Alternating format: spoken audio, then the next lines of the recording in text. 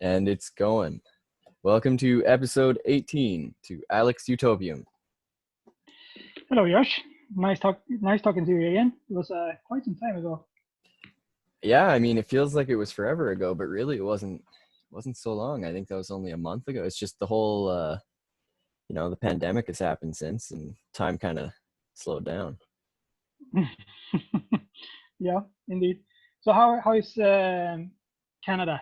Are you shutting everything down and bunkering up?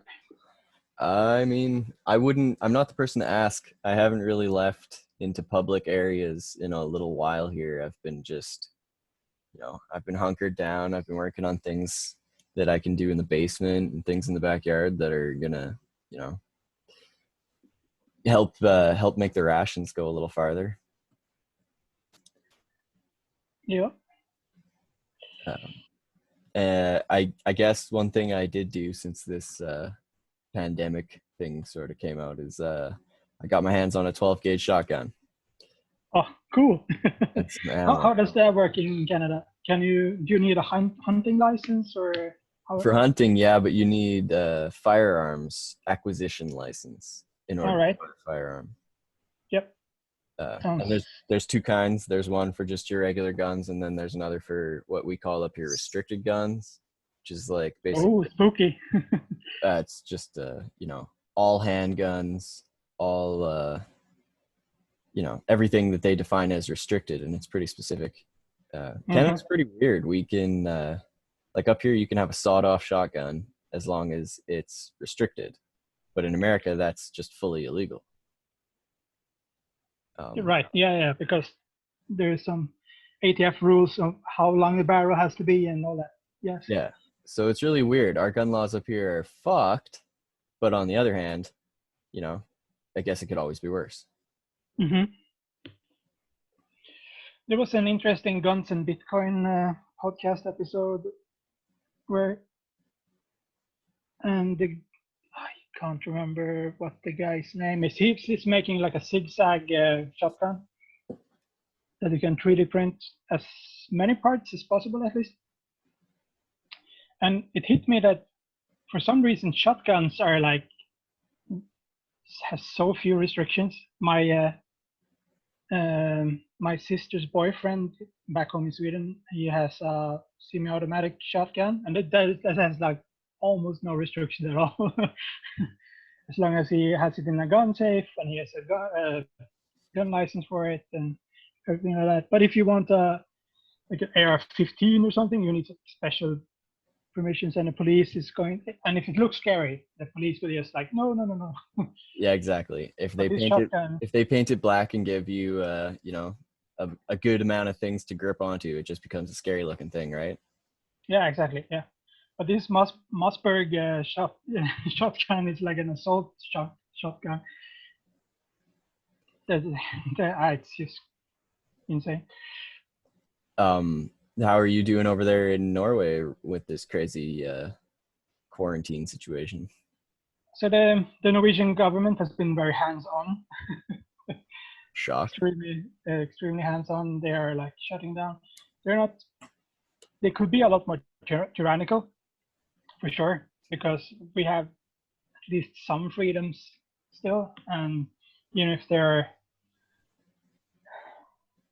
local varieties, that is very weird. Like there's a lot of people has cabins, like family cabins, and up in the mountains because Norwegians love skiing. It's like skiing is like a national sport here.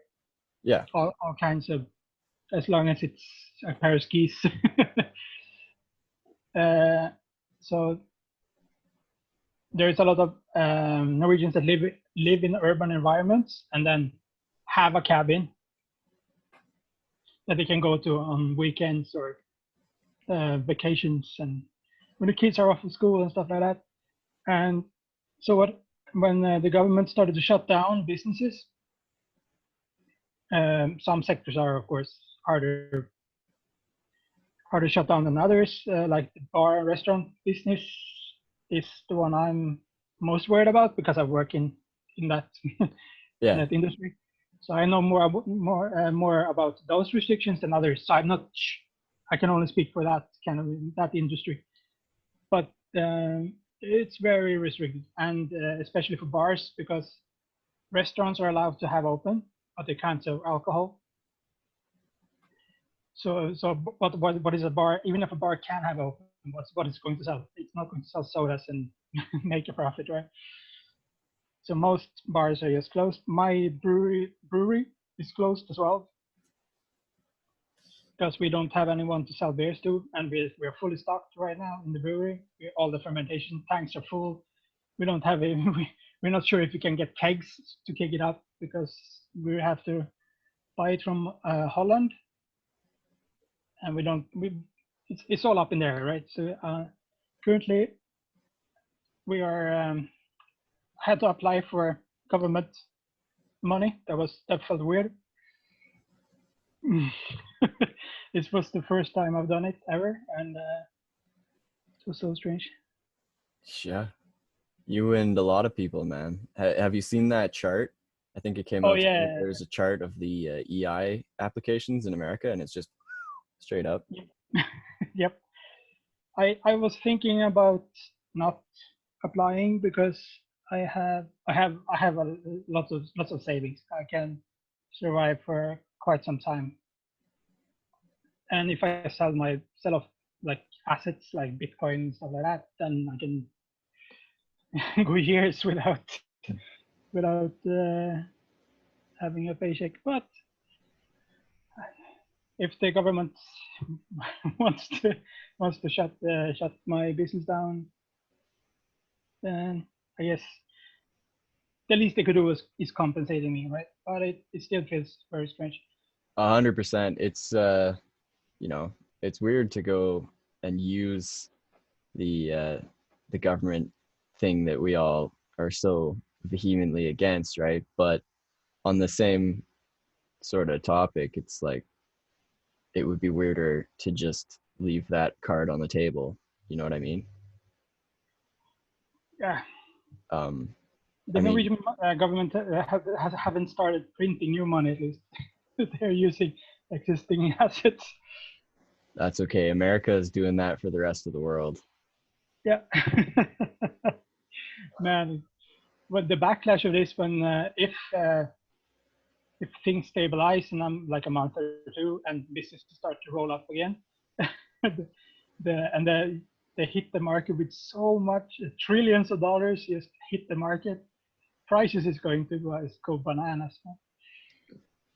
I mean, it's crazy to watch, man. It's like Yeah. just they put in a a VHS of what happened in 1920 to 1930, and they just hit repeat.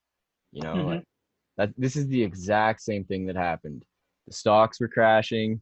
They inflated the economy. All of the rich people used all of the money they could get their hands on, sold out, got away from it, and then the moment that stuff trickled down into the hands of people that aren't in the oligarchy, aristocracy, whatever you want to call it, the people up there in their high towers that run the world while we're down in the dirt making a living. As soon as it hits our hands, the money's just all of a sudden not worth anything because all the rich people have bailed. It, uh, I don't know, man. It's horrifying to think Yeah. of how much is repeating because we all know how that ended, right? Yeah. I saw a really interesting video from a guy on YouTube called Alpha Investment. He's investing in Magic the Gathering cards. uh, I don't, but I enjoy watching his channel because he has so many insights into how to invest and all that stuff. He used to work as a stockbroker. Yeah, how to buy and sell collectibles. Yeah, exactly. Yeah, and he said that this is the time when things get so cheap that the next generation of millionaires is created in this moment, right? Yeah, If you have some way to invest in stuff, now's the time. And yeah. I when I mean, saw the Bitcoin price crash, I was like, dude, perfect. I Thanks. bought I bought I think I tripled the amount of Bitcoin I had in that crash. Hmm. I still don't have very much, but Yeah, it and uh, then it's worth it. the local market is lagging a little bit, so I could still continue to pick up sats at a very good rate. but even the local markets here are stabilizing, like starting to trend upwards again. Yeah, I mean, but that's kind of the whole, that's the worry, right? They're trending upwards, and then all of the insider traders are going to sell, and then they'll plummet. You know what I mean? Yeah, yeah, yeah, exactly. Yeah, that's one of the problems with valuables, because if someone like George Soros could do that, could tank the value of the British pound, someone else can do it with Bitcoin, right? Just flood the market with cheap Bitcoins and just make it all crash. Well, how could you ever flood the market with Bitcoins though? If you own enough. Uh, so what George Soros did, he had a network with rich people that had a lot of pounds, like British pounds, Yeah. and they flooded the market with it. So the market reacted. We're talking a lot of money here, but that's how George Soros went from a millionaire to a billionaire, because they hit a point where they started buying back all the money again. When they've made it cheaper. Yes, exactly. Yeah, yeah. So they manipulated a whole country's um, money supply. It's like literally under a dozen people, and it's not unthinkable that it could happen to Bitcoin too, because if you consider how large the um, market cap is of British pound, and you compare it to Bitcoin, Bitcoin is like a small fry in comparison. Hmm. And they are both traded on a global market, right? Yeah. So if people with enough Bitcoin coordinate, they could crash the price. Right. They sell all of it, or Yeah, they, they they sell all of it, and started then to flood the market with too much. and it makes all of your Bitcoin really cheap, so that when they come back to buy it all. Hmm. Interesting. But wouldn't they have to sell high and buy? I guess that's exactly what you want. You want to sell high and buy low. Yeah. Hmm. I kind of thought that Bitcoin was more immune to those sorts of manipulations because it's there's a No. finite number of Bitcoins in the world, right? Right. Yeah. Yeah. Of course. Yeah. So it's more immune, because Yeah. They can't just once people see that it starts crash for no reason, and they're like, okay, then I I stop buying stuff with Bitcoin uh, for a bit, then it will jump back up, because it's scarce. It's like, I mean, I was talking to Shudra about this, and he was saying that this is kind of, this is not the point of Bitcoin, right? The point of Bitcoin is to trade a Bitcoin for something, right? Rather than base it on what fiat is worth compared to it. yeah, Um, exactly. Yeah, exactly. But if you only have Bitcoin, then you're very like if you only had British pound when the pound crashed, yeah, you're in a very vulnerable situation. Now it takes a long time for an internal market to adjust the pricing and stuff. Just like it's going to take a long time for the U.S. market to adapt to these trillions of new dollars that's streaming into the economy, right? Just because the Fed prints $2 trillion is not going to mean that your store on the store on your corner is going to raise prices immediately. yeah.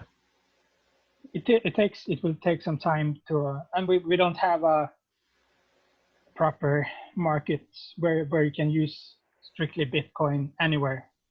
I think No, like because you will still have your lands currency, like in my case Norwegian kroner and Bitcoin, for example, right?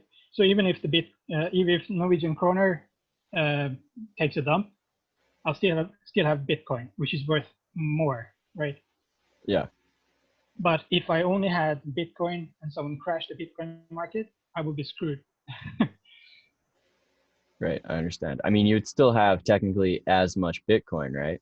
If they Yeah, crashed yeah, exactly. Bitcoin. Yeah, one Bitcoin is always going to be one Bitcoin. A But like million you were, but like you Satoshis. were saying, if they crash the Bitcoin value and that's all you have, um, You that can would buy less stuff of it if prices go up, for example, or exactly if because if you they're shrink. fixed on fiat prices, right? If everything was priced, Uh, by Bitcoin, then what they do to the price of Bitcoin is irrelevant. But things are priced based yeah, on exactly. other Because things. one Satoshi is always going to be one Satoshi, and Yeah, and so on.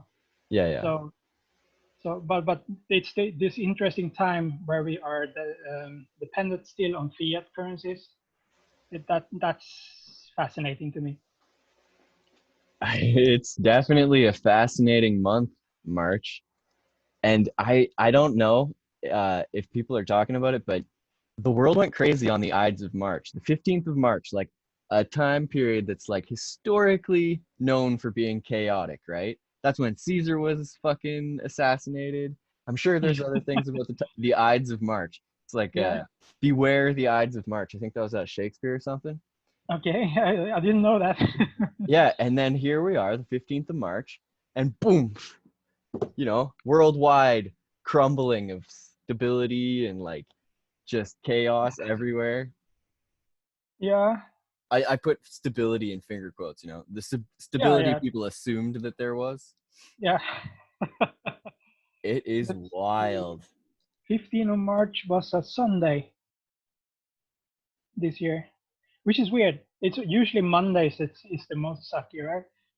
Most people take suicides on a Sunday and stuff like that. Yeah, Most accidents happens on Mondays. fucking Mondays. I've never been one of those people that likes Monday the least. My least favorite day is actually Thursday today. I've always hated Thursday with a burning passion. Okay, why?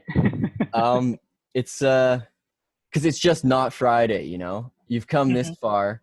You want it to be Friday. I don't know. If my reasoning is that it's so close to Friday that it should be Friday, and anytime you find out it's Thursday, you're just going to be annoyed that it isn't Friday. Do you know what I mean? Yeah, um, I've been working in the bar and restaurant industry for so long. So like Mondays and Tuesdays usually are my weekend, so to speak. so I'm out of sync with the rest of the world, and I usually go up at like 1 o'clock, 2 o'clock in the afternoon, and that's when people has like started coming back from school or almost finished with the job. Yeah. Yeah, So your profession puts you on a totally different schedule than most people. yeah, I'm I'm not I'm one of those I love Mondays crowd because usually it means it's a weekend. Yeah, that's your So it's a little bit. Saturday. Yeah, exactly. I can do whatever I want, almost. But yeah. So I mean, you're building a hen shack. yeah, I'm in a frantic rush to get my chicken coop done because we're gonna get some hens hopefully Saturday, Uh huh. which gives me after we finish this podcast, I'll go out there and I'll hopefully wrap up the nest box and uh, some of the door finishing and like getting it all tied together, and then that gives me Friday to finish the outside, like the chicken wire area. Yeah. Um, but then, fuck, she's good to go. How many chickens are incoming? Uh, 4. Okay, that's what you're allowed to have. Yes, Right.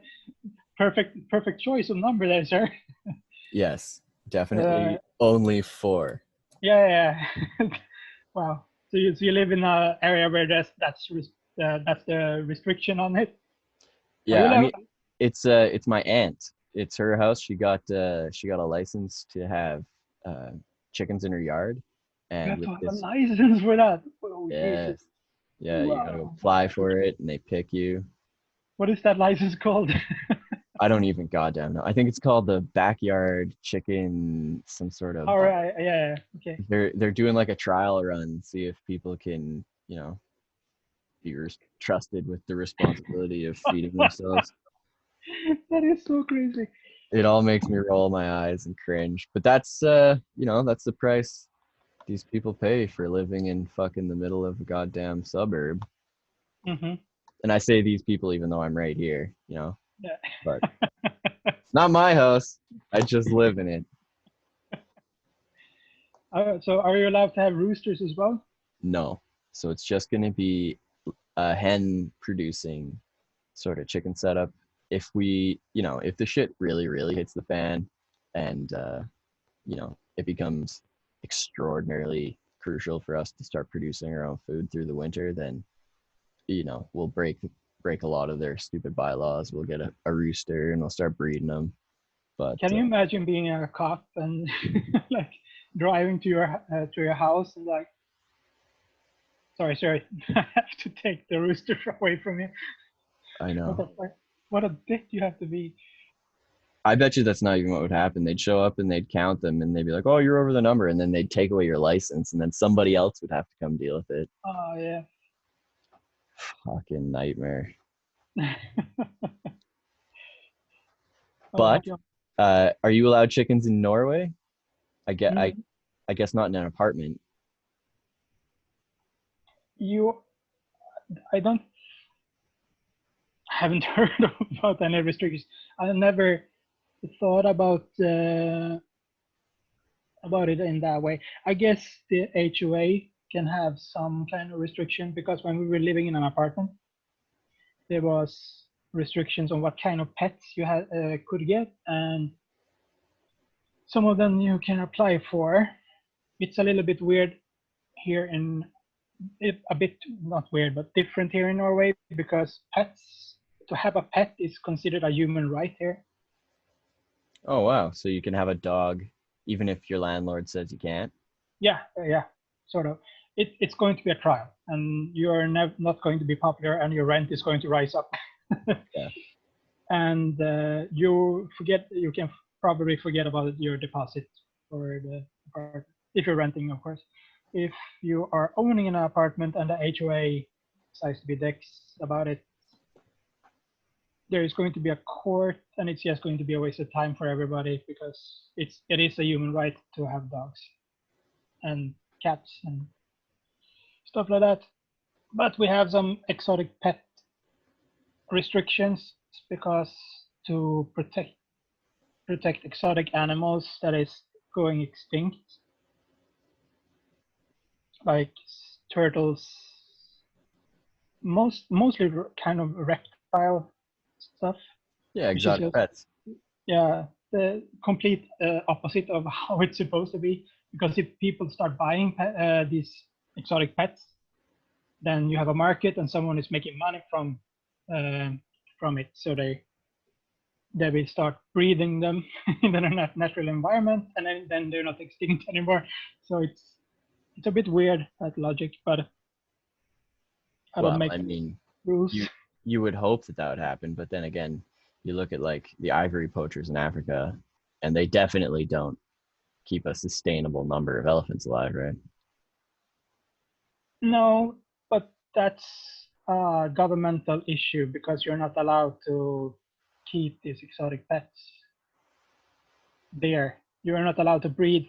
For example, if some smart guy realize that, whoa, the Chinese are paying so much for ivory stuff because they're using them in their weird medicine and stuff.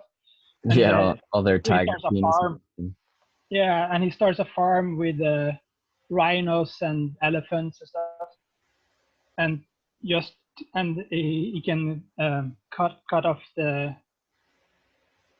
trunks and grind it up and sell it to the Chinese, and then he does, nobody needs to kill an elephant for doing that, right? And I think it's their trunks are just like our nails, so they can grow out again. No, their tusks aren't. The tusks aren't now. No. You might be right about a rhino horn. You know what I mean? Yeah, maybe I might be mistaken, but I don't know. I I mean, I don't we disagree that were that would be ideal, but if you just look at examples, it's not what humans do, right? As soon as there's a market for some sort of rare thing, they just Hmm. gobble it all up, and the world is left bare. Yeah. Um, we're just crazy monkeys after all. Maybe, I don't know. I believe in entrepreneurship at least, but Oh, I think that me too. the reason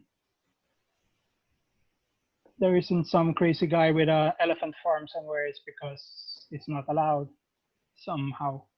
Or the yeah, I don't know. It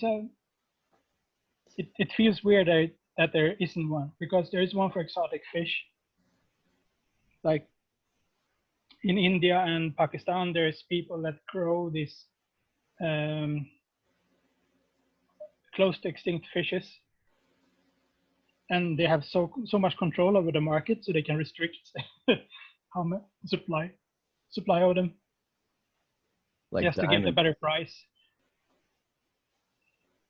And they, since they don't have any competition, they can uh, meddle with the price, so to speak. Yeah, like diamond mines, you know? Yeah, exactly. Yeah, They found or like, cobalt and stuff like yeah, that. they find like 100 new mines, but they keep the price the same. They just hide all of the shit in the warehouse. They're like, oh, it's still rare. Oh yeah, super, super. Fucking look, it sounds like an opportunity for somebody in Texas, you know? Start yourself an elephant farm or a rhino farm. I don't know if you can still even do rhinos. Didn't they go extinct? Like, wasn't there just one male left, and then he died without having? Yeah, the white rhino, white rhino. Right, right. There's more than one kind of rhino. Mm. Um, but yeah, But that's fuck, the one I you were thinking about. So is the white rhino. Like, yeah. I bet you some crazy dude in Texas uh, could do that. There's probably no law about farming elephants in Texas, Hmm. you know. Yeah, but it depends on what kind of price the Chinese voodoo medicine guys are paying as well, right? Because right now the poachers, for them it's basically free, because they can just go out and shoot animals and stuff like that. A farm requires infrastructure. You have to feed these beasts, and I think elephant is quite expensive to, Yeah, to feed. I don't know how many hundreds of kilos of salad you would need for one. I imagine it would take a little bit more feed than a horse. Oh yeah, just a little bit. Oh, And freaking the wild. elephant economics seem harsh. So Norway is in pretty much full lockdown. Canada is in pretty much full lockdown. America is just, you know, You spasming know at there. the idea, Yeah. a- and we sit watching. Yeah. Uh, I don't even know what to think about it all, man. It's fucking crazy. I think that the disease, like, regardless of whether or not it's as bad as everybody's saying, or whether or not it's as infectious as everybody's saying, or even if it came from fucking China or whatever, it seems conveniently timed, because Mm. we've all been expecting this, economic collapse, the markets going insane. We've been expecting it for so long, just based off of things that aren't completely unrelated to the virus. And then all of a sudden the virus comes and it pops the bubble, and all of a sudden everybody's like, this is not our fault. I don't know. It Mm. seems too convenient. Yeah, and it's so weird that it hits Italy and Iran the most, right? That is two very different kinds of countries, and I guess they're not that far from each other, but it could have been further away from each other. Um, but it's so strange that exactly these two. And Sweden has almost no restrictions. Like they're restricting on if you're a crowd over 500 people, which is a lot of people. Uh, then you're not allowed to have it without the permission from the government or something like that. And Norway had something similar, but at first I think I had got my timeline right here, but because it's they're changing rules by the hour. It feels like at first it was like you had to have a permission for 100 people, then 50, and then now it's like as long as people keeping 1 meter distance from each other, you can be as many as you want in one place, but you have to have that 1 meter gap or allow for that 1 meter gap. It's fucking But in Sweden, hilarious. it's like almost a free for all, right? They're not even shutting down businesses or anything like that. Dude, a cop showing up to your house to take a rooster is one thing, but can you imagine how weird it must feel for one of those goddamn police to go up to somebody and say, "Hey, you're within 1 meter," you know? It's like, do you ever go to those shitty school dances when you were a little kid and they were like, you gotta keep a textbook between you, you know what I mean? Like, you're Yeah. that lame fuck that has to tell kids not to have fun. Hmm. Oh Yeah. my God. But people follow the instructions, and I mean, as long as not people are dying, that's I don't particularly care about the rules, so to speak. Some people take it to an extreme. I was on the at the grocery store yesterday, and some people they have this goofy idea that you can protect yourself with a like a nurse's mask, this flimsy little paper thing. It uh, was never designed to keep nurses safe, you know? It was to no, and keep it's the patient designed. safe. Yeah, exactly. Yeah, yeah. It's designed to if you're sick, you're not spreading the sickness. Like this is the purpose of it. Exactly. Yeah, it keeps all your stuff in. Yeah, to keep your germs away from others. It's not, and there was 3 guys I think that was had like these surgical latex powder-free gloves on them, and they were like picking stuff from the shelves and putting them in their basket with these gloves on. I was like, dude,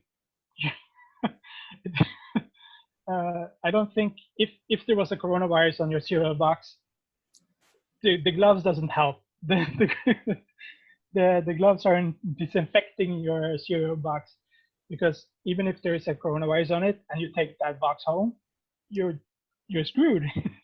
Yeah. What is the purpose of the gloves?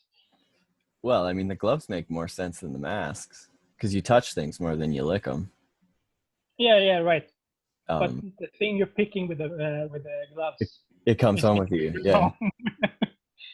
That's so strange. Yeah. It's a crazy time we're living in. Yeah, it's fun. It's interesting to watch. That Hmm. that's for sure. Yeah, I'm calling my grandma every day just to make sure because she's old, and Yeah. Yeah. Yeah. what we can see that the trend seems to be that old people and people with some Lung diseases. handicaps Yeah. Yeah. can it's lethal to them, right? Yeah. So even if guys like you and me would get it, we would like it would be a flu. It would still suck for a bit, but we're not going to die from it, most likely. Most likely. Yeah. I mean, that's the thing. It's a flu, and we've all been around the flu, but this is Hmm. not that flu. It's a different flu. Yeah, it's a respiratory flu, which all flus are, I guess, but if this is more aggressive. Yeah, this is just well, you know, it's a new strain, right? Hmm. It's I don't know. I'm more afraid of the shit that's going on, like economically and politically, than I am medically. Hey, hold on a second. Something's happening here. I gotta. Sorry about that. That was a random pause. What we were talking about? We were talking about. I was mentioning that I'm more concerned about the economic. Economical thing. Yeah, Yeah, yeah. I think no, nobody should be, because the means of production, so to speak, isn't getting the virus and it's not going to die. There will still be factories there tomorrow. We will still have farms, all the tools and equipment we need to start producing. It's not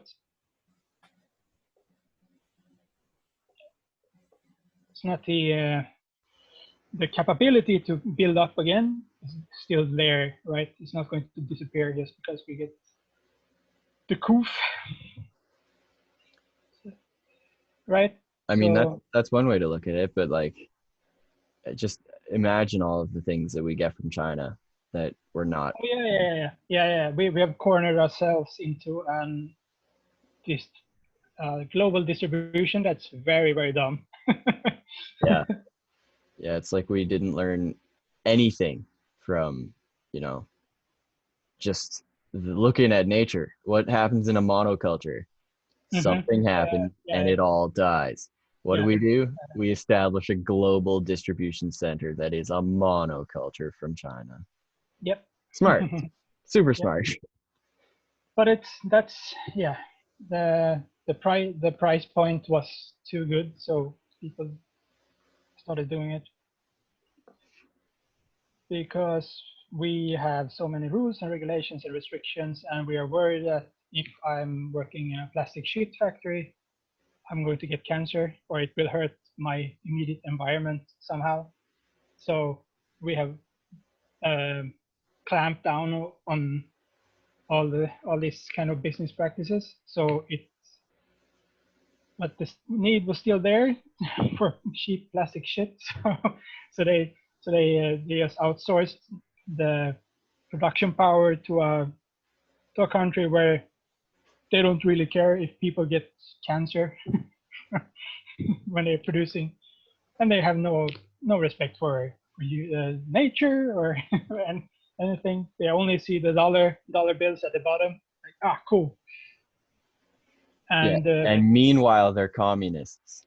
yeah, because, but it makes Built sense in. for them to be very totalitarian because as a factory floor worker, you're not allowed to have an opinion on that the factory you work at. It will give your whole family cancer. If you started saying something like that, then the secret police will come to your house and shut you up somehow. Yeah. And in China, the secret police own the factory, right?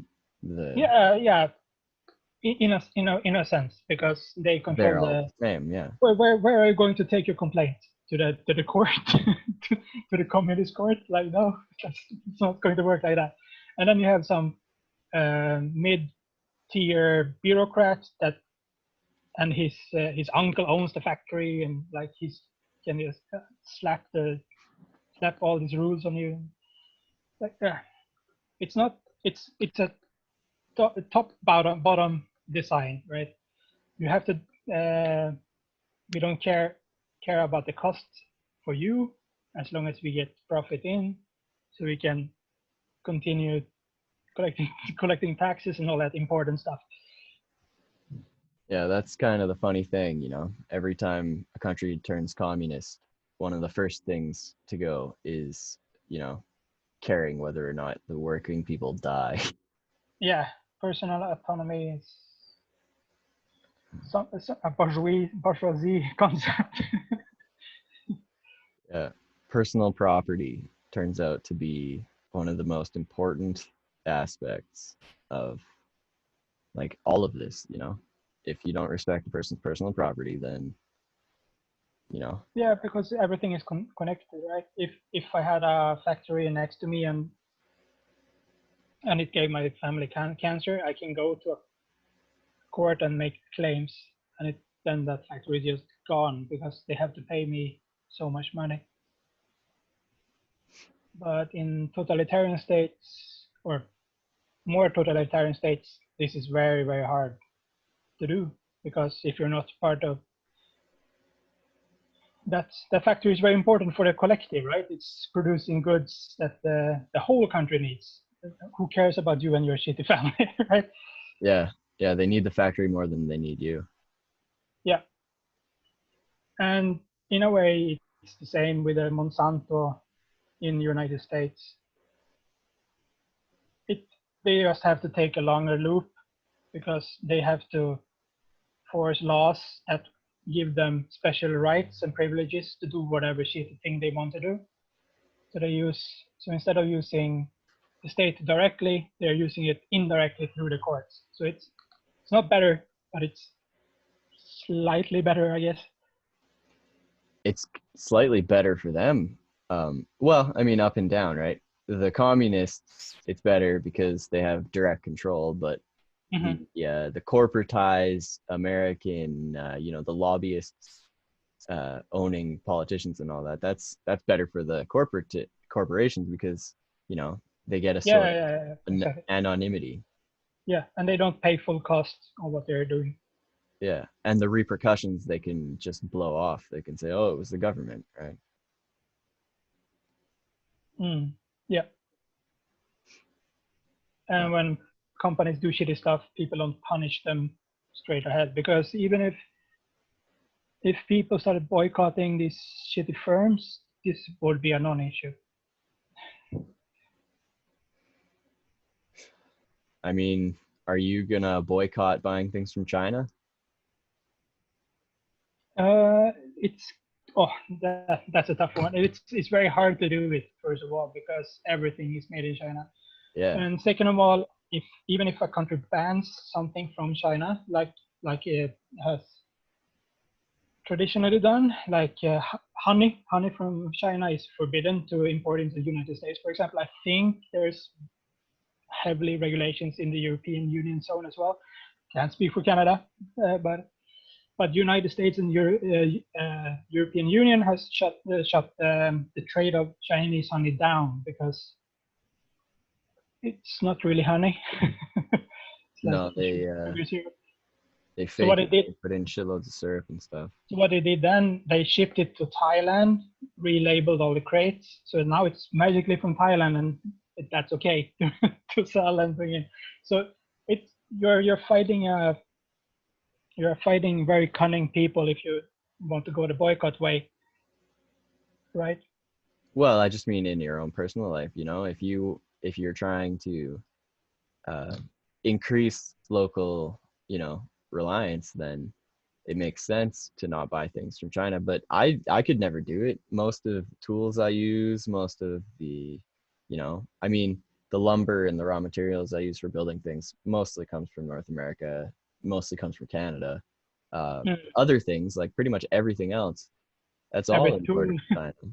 yeah, yeah, it's hard, and it's so hard to because if you're not that well off, and something is sold at the tenth of a price, but it's from China, what do you do? Are you are you continuing being poor, or yeah, it's Yeah, how much are your principles worth?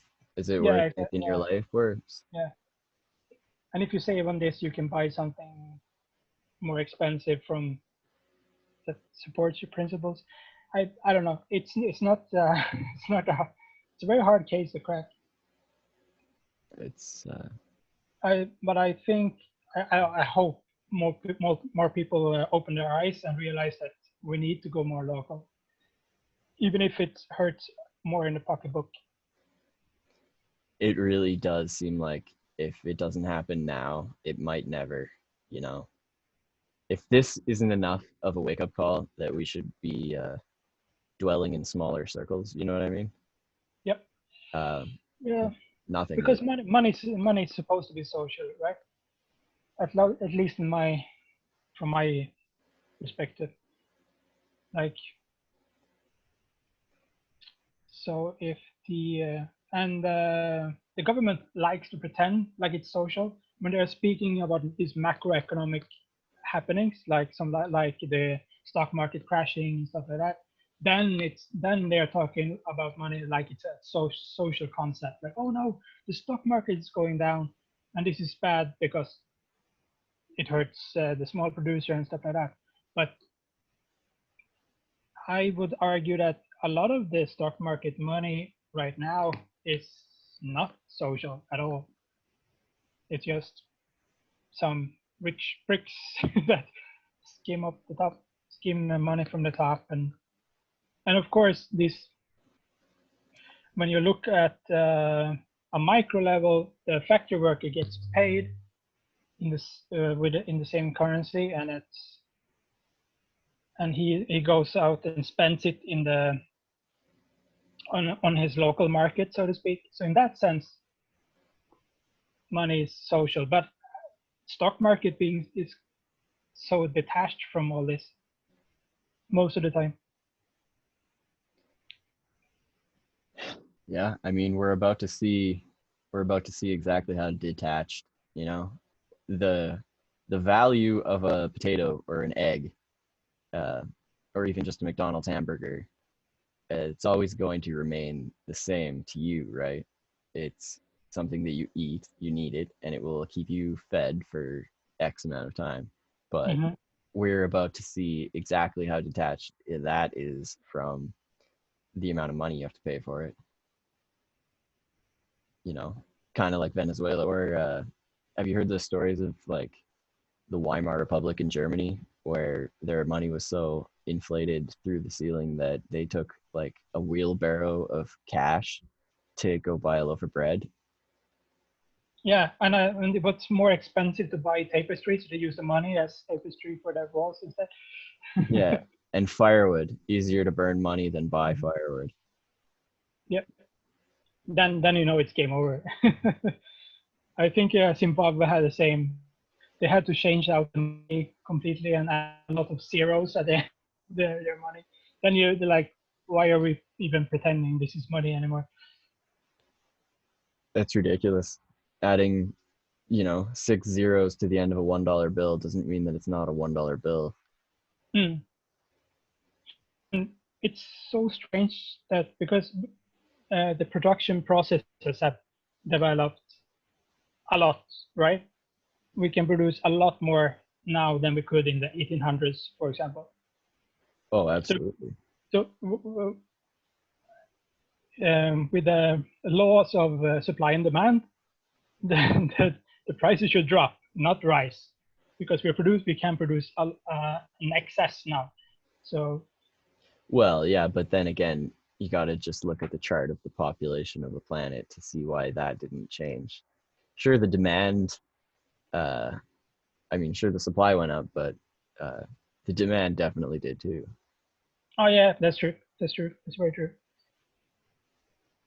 Um, But you can see when they like uniformly when they moved off the national currencies uh,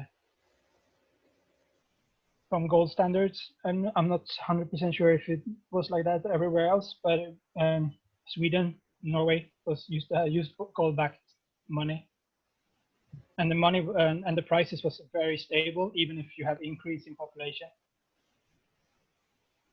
So what they are doing instead is increasing money supply, right? So the prices are not rising because um, we produce less goods. Areas rise because we have more money. And I would rather it be we have more goods and about the same amount of money. That's why I like Bitcoin, because there will only be so many Bitcoins ever, yeah, exactly. It's and you will always and that's every. like the crazy thing about this inflation, right? Because yeah, sure, there's going to be more money around, but the stuff that you use the money for to buy is getting more and more scarce. Mhm. They can't print money to fix that problem. We're not, we don't have any sort of raw resource production compared to what we used to, right? No, It's you have to be more productive in some sort of way. Use less energy when you produce something, or and that leads to prosperity in my book. A lot of the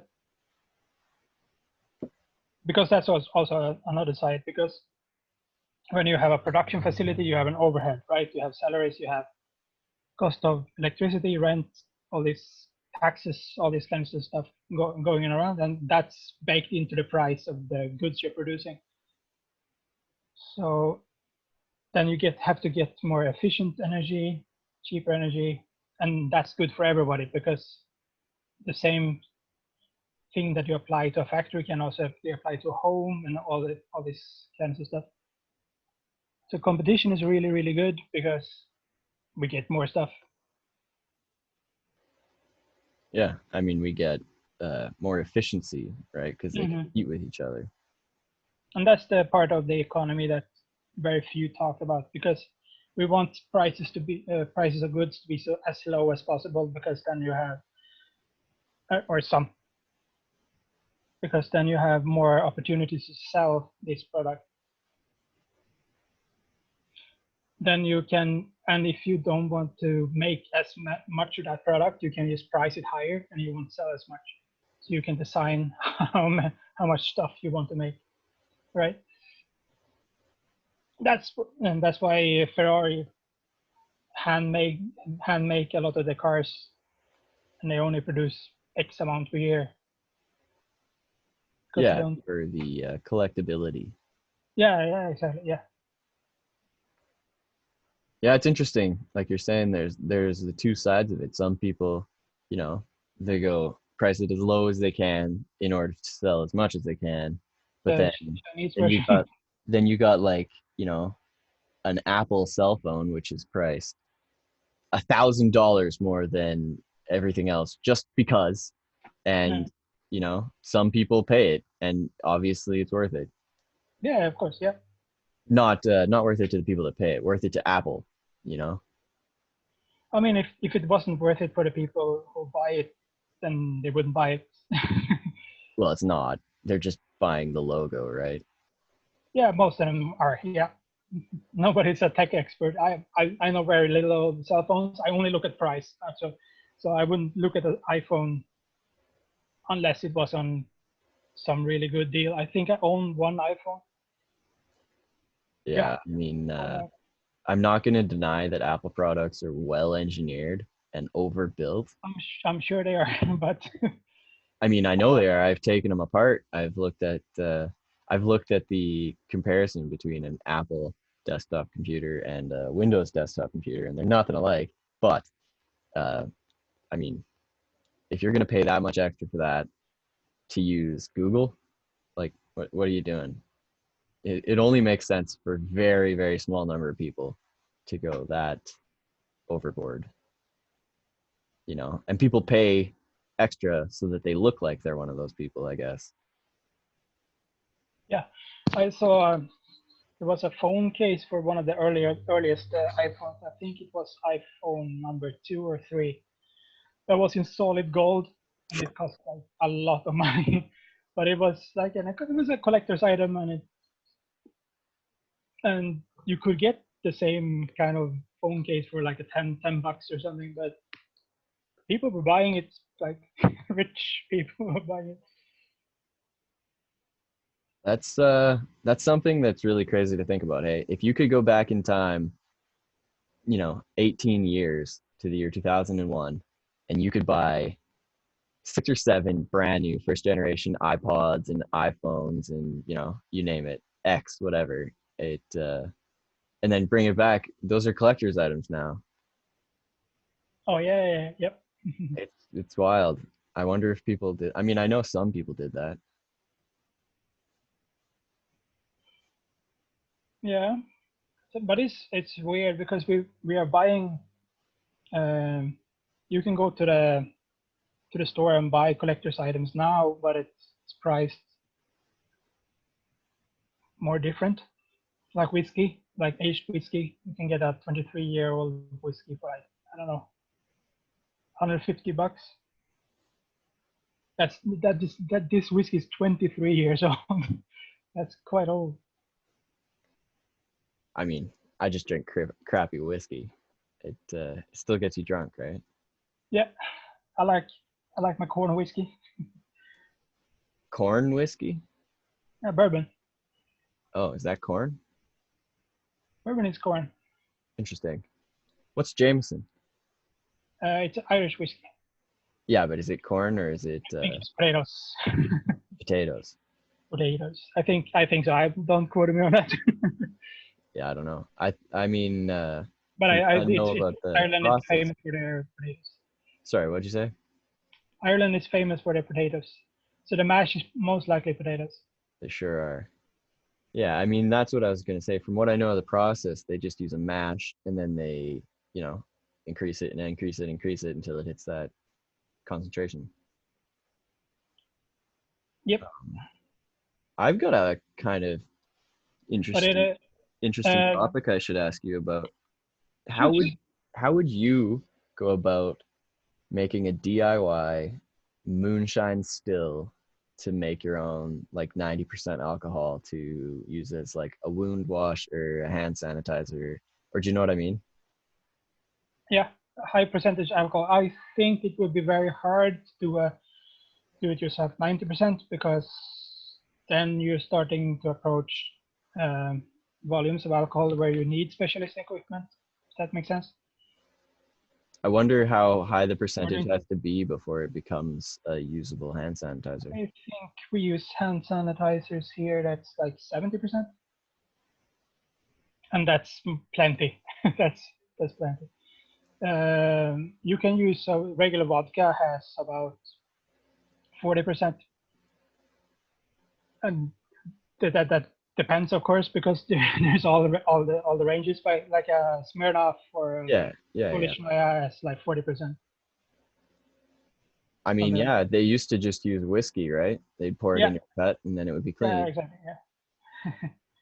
Yeah. So how So many things do you think a person would need to do that? you need a pot, preferably a brass pot, but the regular steel pan that you buy in your local grocery works just as well. You need a lid where you can that you can drill through, or if there's already a hole in the in the lid, that's even better. And then you put a pipe on the lid through the hole. That's basically what you need. And then you put the pipe down into the mash. You want the pipe to steam out the bad stuff. Uh, oh God, English terms, English terms and alcohol distillery is not my high point. You want the reason why you distill is because you want to heat up your mash, which can be as basic as sugar, water, and yeast. That's you will have something that tastes like shit, uh, but if you add potatoes, for example, now you're starting to approach. Then you have vodka, right? so, Um, they, so it doesn't need to be that advanced. But if you want a drinkable product, you need something something more, of course. for But now, let's focus on not making it a drinkable product. So you start with your mash, you get, like you're saying, water, sugar, and yeast. So basically, or yeah, or this, you need something that's sugary, so you can use corn, yeah, uh, potatoes. yeah, and then the yeast naturally breaks down the carbohydrates into sugar and yada yada yada. Yeah, and the The starch, and yeah, the and you water, sugar, yeast one is just like that's the basics. That's what you need. yeah, yeah. Um, and then once you've got that mash, you boil it. Yes, for a long time. Right. So you boil You the want piss out of you it. want it a distillation process, right? Um, and then And the uh, pipe is there because um oh God, I don't I if you give me a few seconds, I can talk. here, hold on. Maybe I can help you here. I will kind of describe my dumbass, like non-educated take on Yeah. it, and you can Hmm. correct me. Um, okay, so once you got that mash boiling, you got that pipe going up. I'm not sure how that works, if it's like in the mash or if it's just taking the steam. But anyways, that goes up and the hot stuff cools down in the pipe and condenses. And on the other Hmm. side, you get something more pure than what went in. Hmm. That's how it Yeah, works. yeah, that's how it works. Interesting. So the alcohol evaporates in the steam. Sorry, what? I'm not understanding how the alcohol gets into that tube. I figure that when you're boiling it, it's just water vapor coming off. But is it also the alcohol? There's if you want essential oils from plants, for example, then you boil water through the herbs, and then you get And then the essential oils is going to be the lightest that's coming out, so you can collect the essential oils. Uh,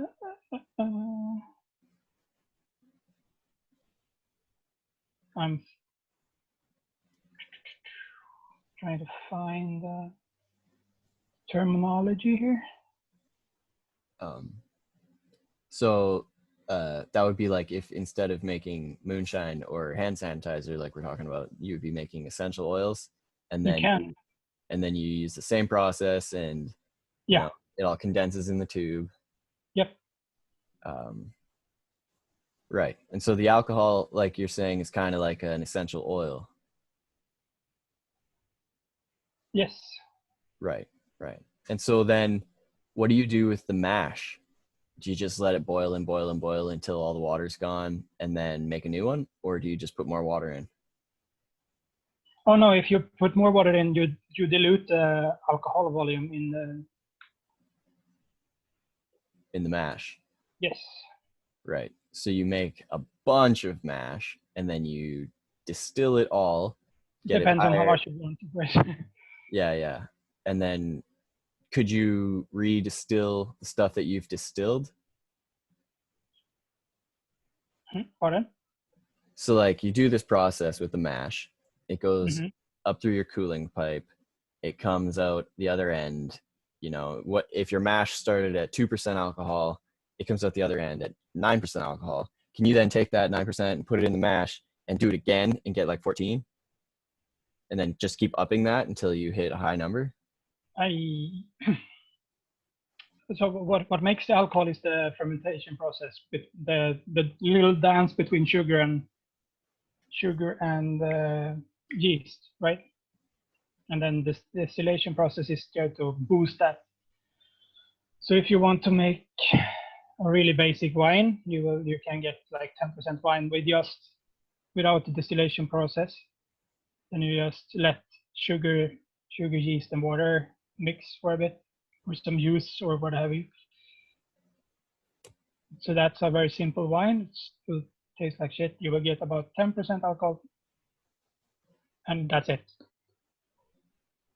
The distillation is there to heat up the water molecules, so you get more. I don't, shit. If I knew you asked about this, I would prepare it a little bit better. Hey, don't worry about it. I think you know, I think the people understand that I kind of sprung this on you, and Yeah, but I mean that's an interesting little rundown of how to make yourself a little whiskey distillery. yeah. But but you when you have your pot, your and some, if you're just using it for hand sanitizer, you don't need a fan. But if you want it to be a drinkable product, you need to fan the pipe as well. To cool it? No, the bad stuff like that. When you're making alcohol, you make ethanol, Yeah, ethanol. and then the bad stuff is called methanol. Is that right? Yes, yes, methanol. Yes. So when you have a fan next to the pipe, you remove The methanol. yeah, yeah, Interesting. Because that's like you know, that's the whole that's the worry about drinking some, backcountry hillbillies moonshine, is that you'll go blind. And that happens because they keep the bad stuff, right? And then yeah, you drink methanol and it makes you go blind. yeah. It's, I think you need to be a very shitty moonshiner you make if you produce a batch with methanol in it. There was a distillery here in town. What they do is that they don't, after they distill, they pour out like 1 liter or something, so like minimal of the first that's in the pipe. So they are like 100% sure. so Right. you won't get bad stuff. But if you only will use it for hand sanitizer, you don't even need a fan. Right. How would the fan work? I've never done it myself, so I don't know. I only been taught by a friend how he does it. No, but like, would you blow it over the end of the pipe or the stuff's dripping If, out? yeah, over the end of the pipe. Right, right. Um, fucking never thought I'd be discussing how to distill black market alcohol. Well, but it's a very simple process. It's probably the simplest because wine is very technical, beer is very technical. There's a lot of steps to make it drinkable, so to speak. But you can complicate the liquor making process as well. But if you're just looking for Yes. sanitizers, then then it's very very basic. It helps if you have some aloe vera or stuff like that in it too, like aloe vera. Yeah, for your hand sanitizer, like finished product. Yeah, exactly. Yeah, I don't know what else you could put in there. I'm sure there's if you wanted a fresh smell, put some pine tree or something like that. Another Interesting product idea. another interesting product idea is to make your own aspirin. Yeah, with willow bark.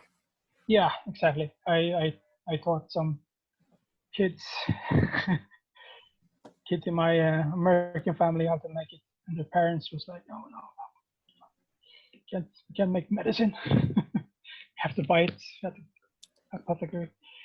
They live in a place where some dude was hoarding aspirin, and everybody was pissed off at him. I was like, dude, it's very very simple to boil. It's not simple, but it's not hard It's to kind make of your own. kind of risky though, because you can make it too strong really easily. Yeah, and if you don't have a lab equipment to check how strong it is, it can be a little whoopsie. Yeah, that's that's That's what one the of hands are the for. You just test on them first and see if it goes up.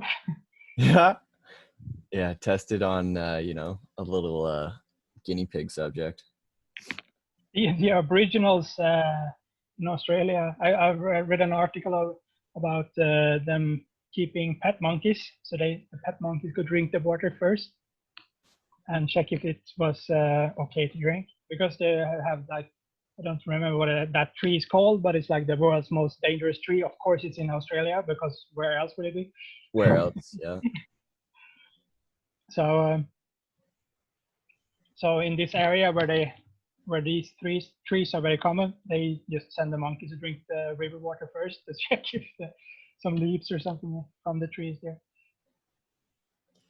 And if the monkeys die, then they move on.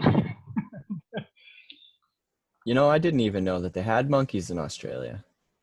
Me neither. That's one species of animal that I literally know absolutely nothing about is Oh monkeys. yeah, me They too. exist somewhere else, but it ain't here. I know that Pippi Longstocking had a monkey. Yeah, I mean, I guess there's always that, wild people with pets. Yeah, Fuck, Pippi Longstockings. It's that was a good show, man. Way back in the day when we were kids. I mean, I was a kid. You were probably a little bit older. Um, oh, Pippi Longstocking is quite old. She's older than me. well, there's a lot of versions, right? I watched the shitty cartoon version, but I bet you, Oh yeah, yeah. The cartoon version was way after I was a kid. yeah, you watched like the real deal. Yeah, the live action, as it's called nowadays. Live action. Yeah, I don't know what the words for these things are. This this that show was so cool because she was arguing with the cops and all that kind of stuff. She was a unique character. Very good role model overall. Like question everything kind of deal. Yeah, we had it good. Kids these days have literally nothing good. um, Yeah. it all went downhill after SpongeBob. Yeah, I am pretty glad that I missed SpongeBob. Not gonna lie to you. I have younger siblings, so I had to. Yeah, you suffered through. No, I quite liked it because there's so many Easter eggs in the series for older people who's watching. Yeah, I don't know. I never ever once got into SpongeBob. I I don't miss it. I mean, there's a lot of memes that I don't understand because most of the memes with SpongeBob in them, I don't get what it's coming from, but I'm fine with that.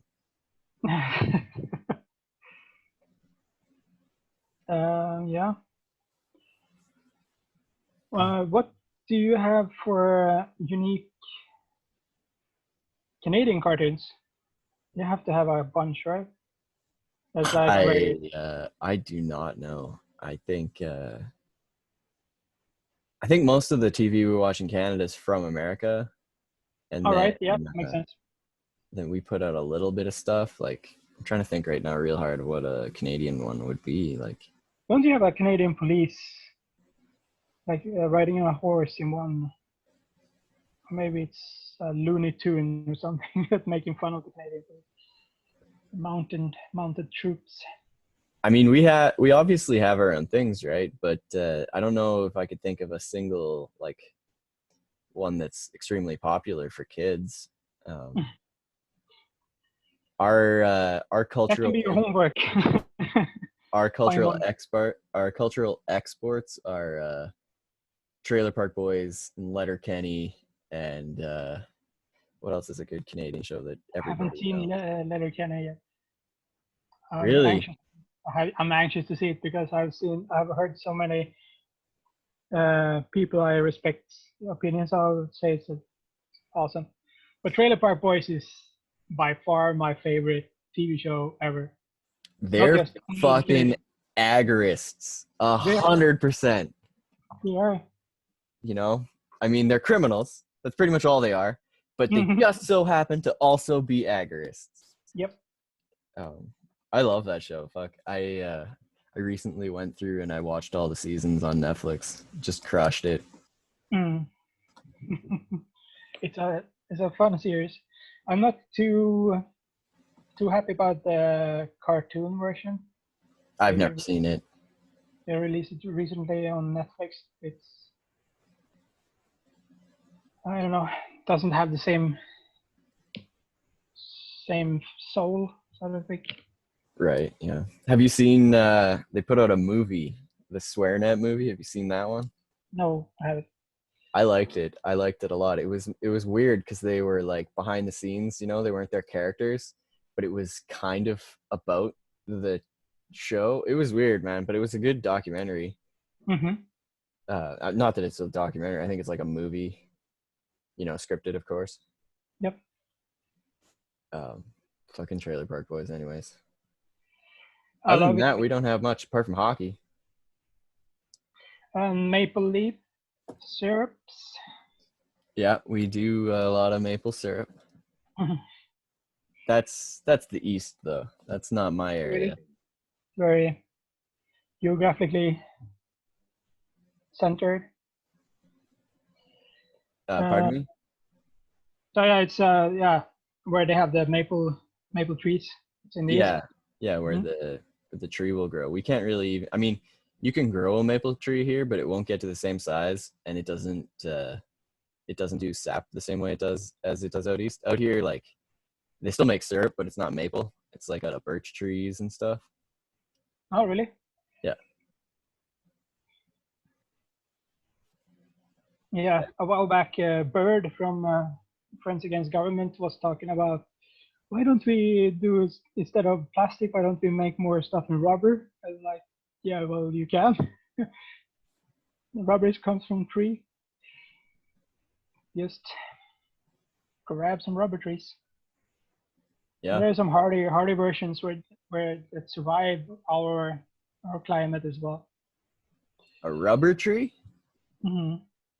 You think it'd live up in the cold? Yeah, trying to figure out where it is. I think he was from. I guess Wisconsin isn't that similar, To or is Norway it? or Canada? No, Wisconsin No. would be All different. right. Okay. Although if Maybe. it's one of those Maybe. ones near the Great Lakes, they got a lot of snow. I know. Don't have no idea. Me But neither. yeah, there's a guy in Wisconsin that has some rubber trees. That's wild. Pretty cool. Yeah, I And mean, I guess if you give it a couple of generations, you can probably make it work. it's not a bad point that we could be using rubber to replace all these things that are sourced out of petroleum. Uh, Hmm. I don't know. I have no idea about the chemical properties of rubber. I don't know. I have too many plants as it is. Exactly. Yeah. Trying to trying to focus on just producing food. Um, that'll do for me. So, how's your trays going, Alex? They are going well. It's going too well. I have too many tobacco plants right now. Oh, you might have to do a cull. I did a call. I called one of the trays. I have three more to call, but I got 40 plants from Nice. one of the plants from the one of the trays. Like 40, and it's an insane amount in my estimate. And I have three times as much as waiting. Because right now I ran out of pots. I have to restock at the gardening center. I think I'll squeeze that in during the weekend. I just started making my own cloth bags. It worked really well. Yeah, like the breathable that the soil can breathe in. Yeah, yeah. I just went out and I bought a roll of that black landscaping fabric. You know, the stuff that you put down to stop the weeds from coming up. Yep, yep, yep.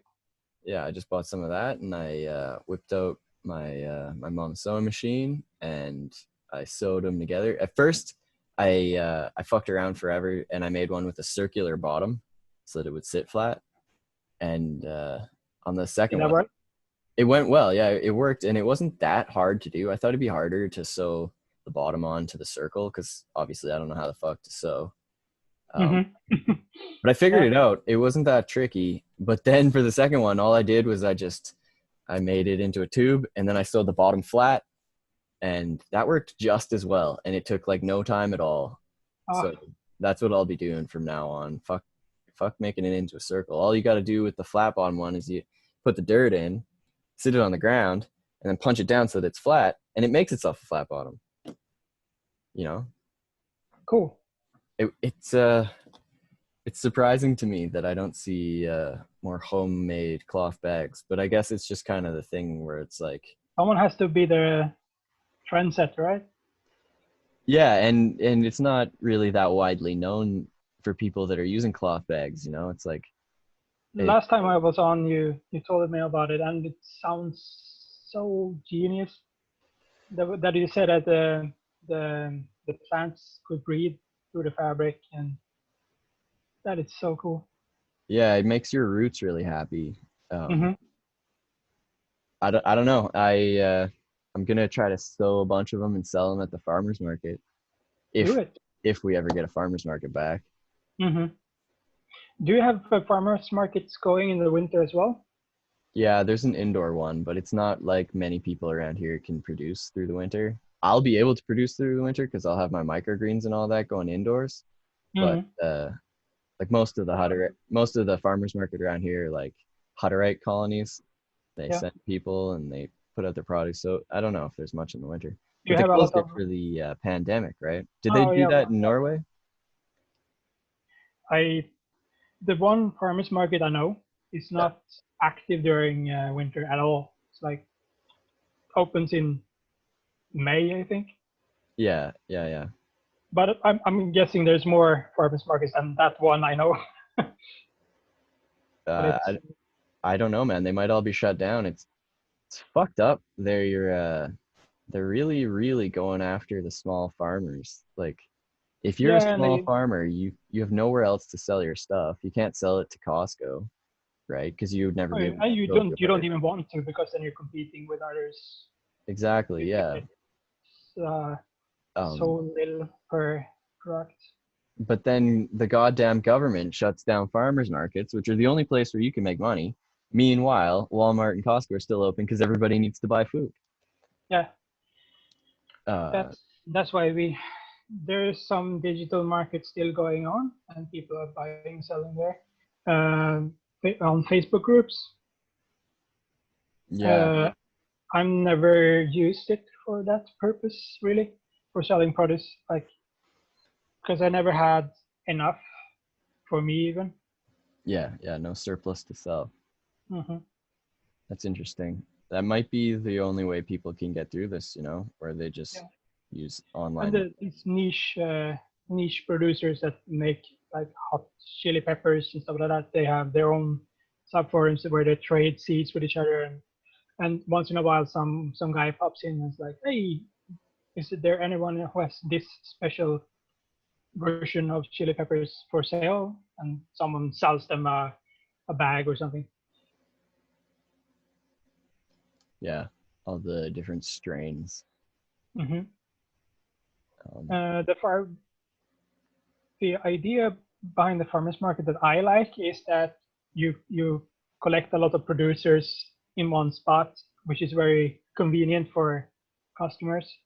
yes, The problem with that is that the government comes in and make it regulated in a lot of spots. If I would produce for a farmers market here, I would need to pay taxes, file reports.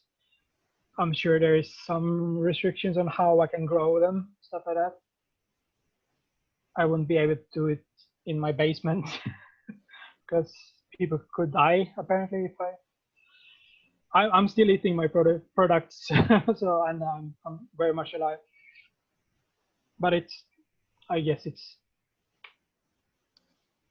well, I mean, I don't know.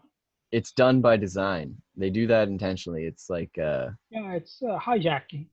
yeah, it's the exact same as the way they do it in like the automotive industry, where like, Toyota, Ford, Chrysler will get together and they'll agree all these new vehicles need to meet these standards because all of Hmm. their vehicles, they're ready to meet those standards, right? And then anybody that wants to compete with them can't, because they make it just so much red tape and so many things that you gotta jump through to even qualify, right?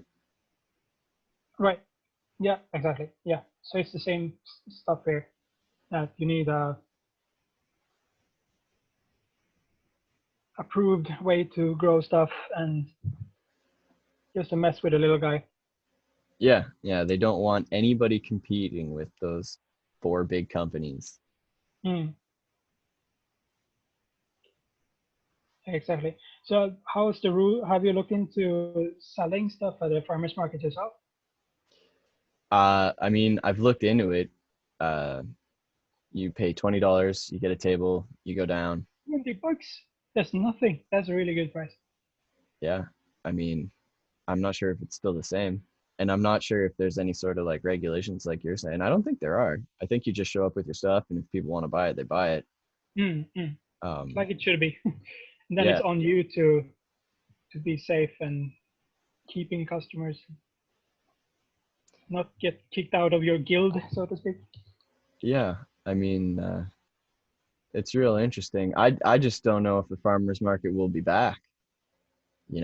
And if it does come back this summer after they've had it shut down for so long, what is it going to look like? It'll have a completely different group of people that show up to sell things because most of them will have gone out of business.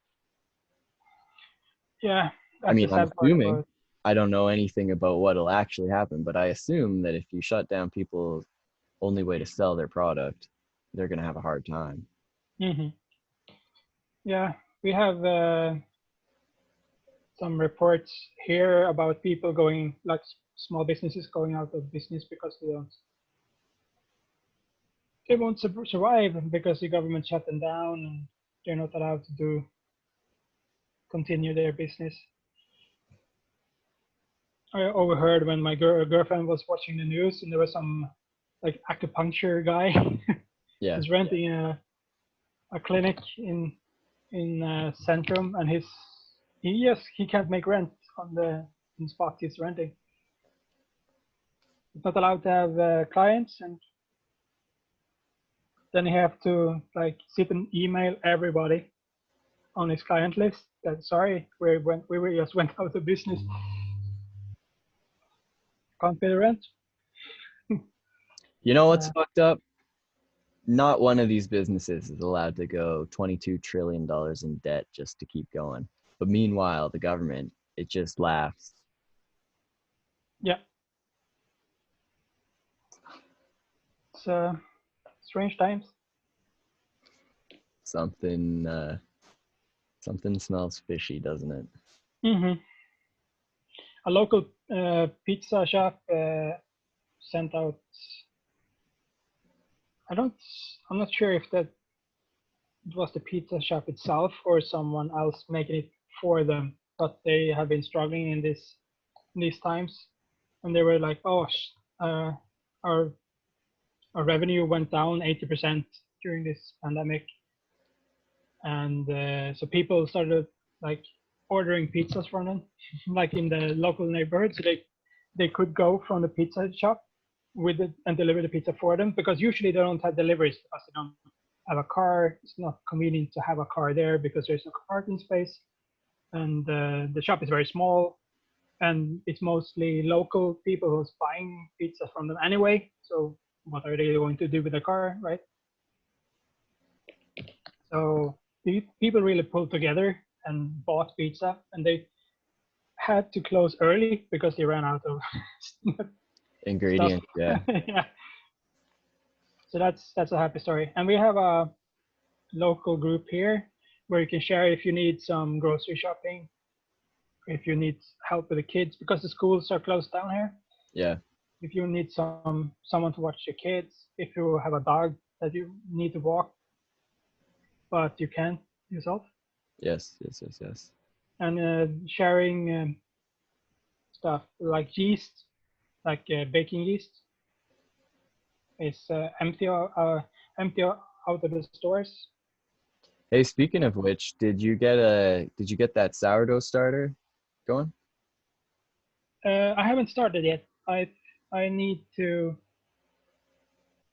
get some stuff from the brew shop first, Right, yeah. but I got the recipe for it. Thanks. And the yeast needs to get back into the store as well. Well, no, because you don't put yeast in, right? Oh yeah. Oh sorry. Yeah. Yep. Yeah, that's the whole idea, right? Mm. You use the wild yeast. Yeah, use harvest wild yeast, Yep. which is something that people are going to need to start doing now that yeast is sold out basically worldwide. It's sold out in Canada too. There's no yeast. That is yeah. Everybody started baking Yeah. or something.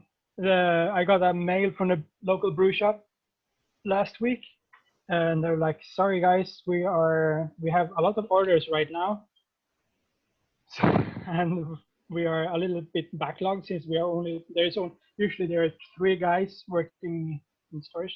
Now they're have to cut back, so they only use one guy. And this poor guy he got hit because a lot of businesses was put on pause by the government, right? So what everybody started doing their hobbies or stuff they so the local brew shop had a tough time keeping up with orders. My girlfriend was in the knitting shop, and almost all the yarns was picked out. It says odd colors left. It's So uh it's a everybody started. rebirth of cottage industry, you know. Oh yeah, and I love it. I do too. I wish more people would do it. I don't know, man. That's kind of like the hopeful silver lining of this all. What if this does actually mean that people start to, use technology to make better local communities that are more self-reliant and we do get a rebirth of people that have, you know, cottage industries that are supported Mhm. by people nearby. That would But be fucking it awesome. makes more sense for a lot of households to do some of the stuff themselves because the amount some of the stuff the amount of time it would take to make it would be less in dollar if you had to work for that dollar and then go and trade. Yeah, I mean that's the trade-off. Hmm. Um, So, for example, making my own beer makes more sense because I don't. It's so expensive here. $3 per can, and that's for pilsners, like regular lagers. $3 a can. Yes, I can. Oh, And this is the like the cheapest you can get. that's insane. Yeah, it's insane. How do you have alcoholics if it's that expensive? They're on social benefits, so they don't really pay for it themselves. Yeah, but if you're paying that much to get fucked up, you'd think you'd be doing like cocaine or some shit. Alcohol? Yeah, well, I mean, there's there's a good business opportunity there to undercut these large producers. Yeah, that's a good point. Wink, wink. Yeah. um, Opportunity. I'm, I'm just undercutting for my own personal use. Yes, yes. Um, we are fixing the electricity in the basement. So we currently we are running on. I'm in the basement right now. That's why it's so dark in here. I thought you were going with the Edward Snowden vibe, you know? Oh Man no! of Oh yeah, yeah, mystery. yeah. I I destroyed that part. No, I'm sitting in the basement, and we're going to fix the electricity. We have only one side of the basement. It has electricity for some strange reason. I don't know what the people who was living here for 12 years did before we we bought a house. But once the electricity is up and going, I can finally start with some aquaponic stuff and 3D printing. I found a distributor here that sells the Ender 3 very cheaply because I was thinking about buying it from Amazon, but I realized that after taxes and all this junk, I couldn't buy a real printer here in Norway instead. So I just waited. And finally, someone got an Ender 3 in stock, so I can finally start some 3D printing stuff going. It's That's going to be awesome. great. I'm hoping to make some, if the cigar project I'm working on, the first step is to make good tobacco products. If I succeed with that, because I have some funky uh, Indian and Native American tobacco stuff Indian. growing. Yeah, I would be very precise because they have tobacco in India too. But I'm one of those people that grew up using the word Indian for only people from North America. mm, And so now when everybody says, "Oh, that's not politically correct," you know, you got to use it for people from India. I'm just like, well, you know, I it's very inconvenient here in Europe because we have a huge Indian, like dot Indian yeah, yeah. population. Yeah, yeah. So it's easier to be just precise with it. Well, and you don't have, you know, you don't have actual Indians, right? We Uh, have Sami. They are Indians, like like like Native native Americans? native Scandinavians. Yeah. No, no, I mean like, you know, from here that went over to Europe. I assume that there's just that's not as many people, right? Here, the population of Indians is Uh, actually really large, right? So if we were to change the word for that, it would just be like, you know, it would be demoting them again, you know? yeah. I don't get it. A bunch of my friends are Indian, and they've got this registration card from the government that says Indian on it, you know? Wow. That's Yeah. wild. And now everybody says that that's not a word we're allowed to use, and I'm just like, I'm not changing it. They use it for themselves. What the heck? Slavoj Žižek. You know who that guy is? Slavoj Žižek? I've heard the name. I'm not sure The what. Slovenian philosopher. He's a very probably the world's most famous Marxist, living Marxist. Of course, Marx is probably more famous, but he said that his Native American friends prefer that people call them Indians because that's just proof of how stupid Europeans are. That's an interesting take. I've never heard of that one. Um, Yeah. The logic is that Columbus thought he was in India, right? That's why he called yeah, why Native Americans got called Indians in the first place. yeah, So exactly. it's for according to Zizek, it's like in group gag. Like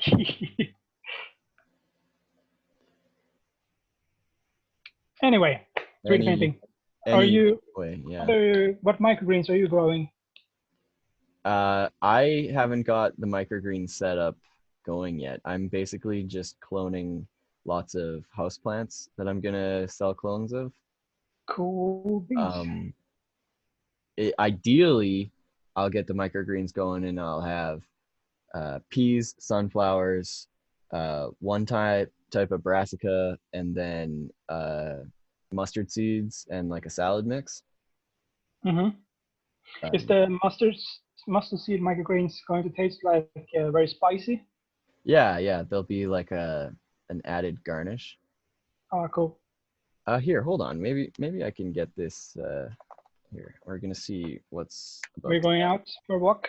Yeah, we might be able to show what's going on here with the plants I got. I had a really terrible morning. I lost a seedling this morning.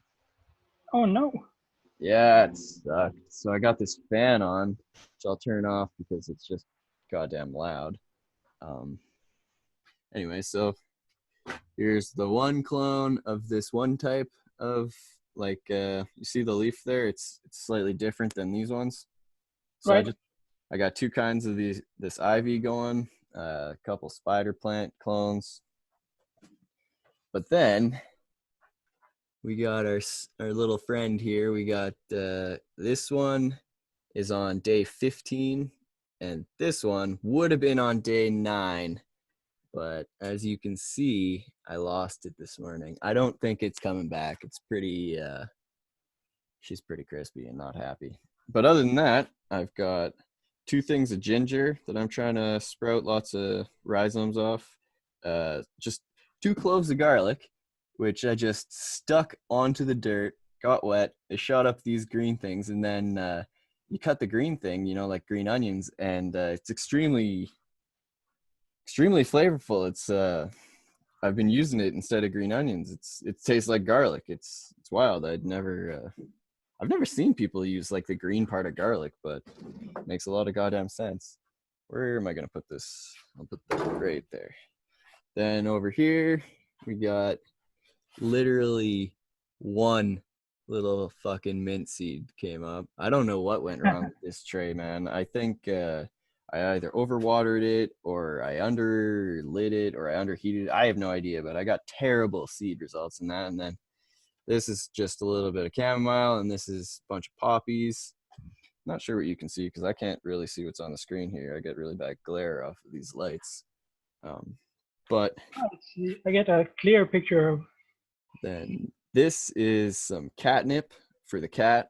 And, Oh, that's so cool. That's a great idea.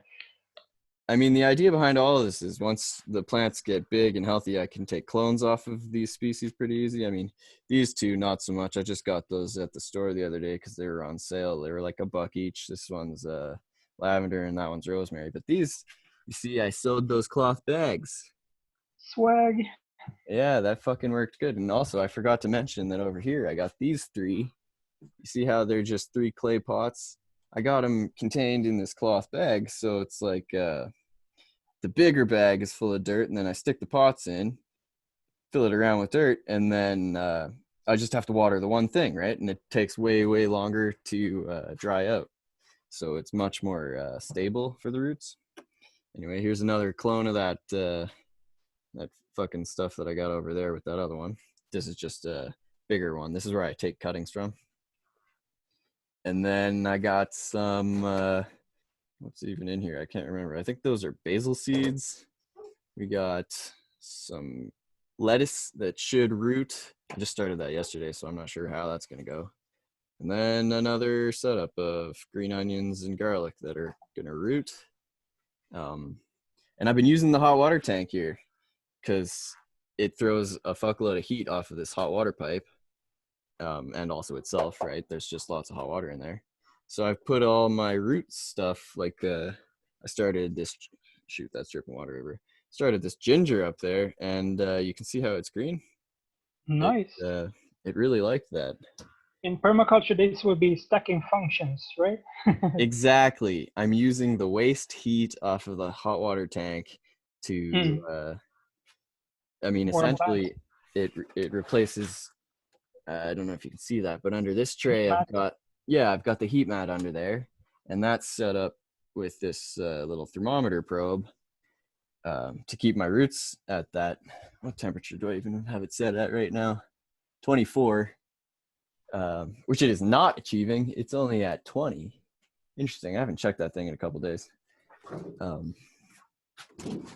But fucking this dead seed is definitely a downer, man. It sucks when you lose one, right? Well, especially this one. This was one of this one particular type of seed where I've got 10 of the seeds, but they were like, for these seeds it was like $5 a seed, and for this one it was like 25 or whatever. What? Wow. Yeah, that's very specific strain. Mm-hmm. Um, and then over here we got sprouted chamomile, and then more mint seeds that didn't germinate, which is quite lame. But yeah, I mean, that's my little nook of garden.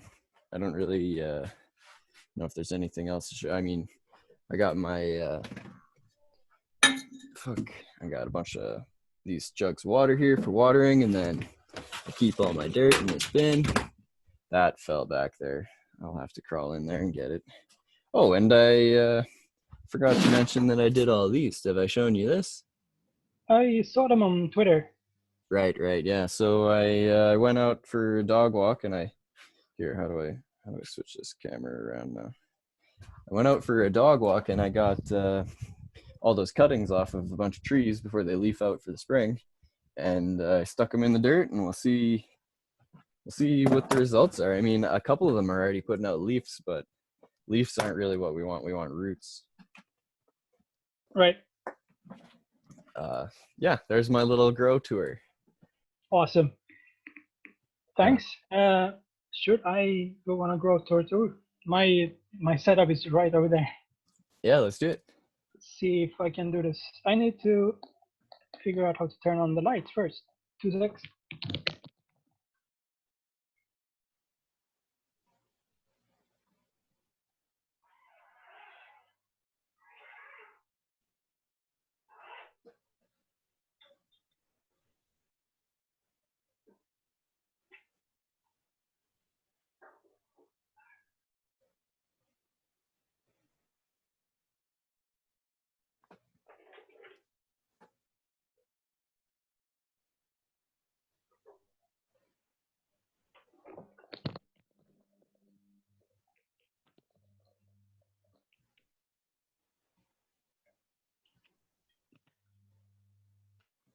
There we go.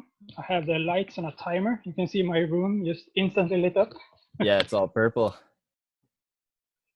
That's how we roll. I have my lights and a timer because I'm terrible at keeping control over schedules. Yeah, no, absolutely. You got to have them on a timer, otherwise you forget and things go haywire. Yeah, and I forgot them a couple of times, just shut them off for the night, and the plants wasn't happy about it at all. Well, I mean, I run my lights 24/7 sometimes. Yeah, Yeah, they don't really need to sleep. let's see. Um, but obviously, when you do give them that darkness, they, you know, they do better because it's much more natural. Um, See what are we hitting here? There we go. There's tobaccos. I'm not sure if you can see it. I can see they look great.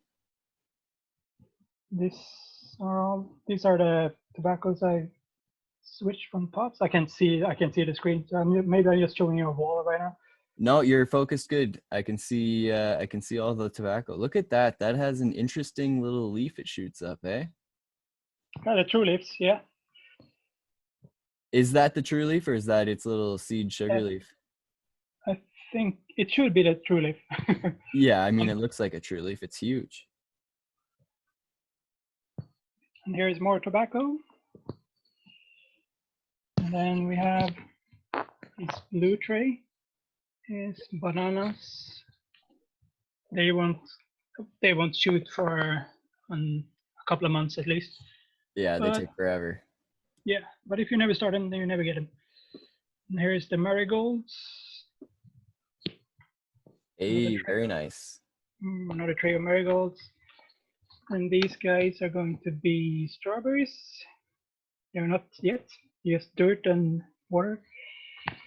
And then I have 4 trays of more tobacco seeds growing. They haven't sprouted yet. And then we have nasturtium, more flowers. Yeah, so that's the setup. That's awesome. What kind of lights? I mean, they're LEDs, but Yep, what kind of LEDs you got there? it's a Swedish brand.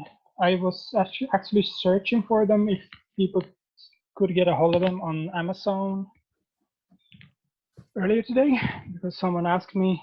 I posted a picture up on Gab, I think, and someone asked me. They're called Kotech LED lights, and I picked them because they were cheaper.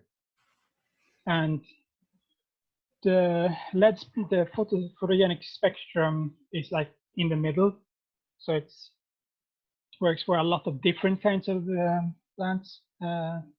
Yeah, it's not to So either I don't end. have, yeah, so I don't have to switch out lights just because the fit it's very specific kind. I'm Yeah. really happy with them. I've grown everything from corn shoots to tomatoes under those. LEDs in the future for sure. Yeah, if there was something that you could recycle yourself, I would prefer it because these have a very long uh, lifespan. I can have them on for 12 hours per day for 5 years, and then they're spent basically. Yeah, they'll crap out after such a long lifetime. Yep. But I mean, if you compare that to like a fluorescent light bulb, it's Oh yeah. and, No, and that's not even mentioning all the electricity you save.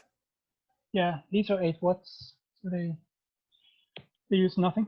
They use less than my laptop. Yeah, isn't that crazy?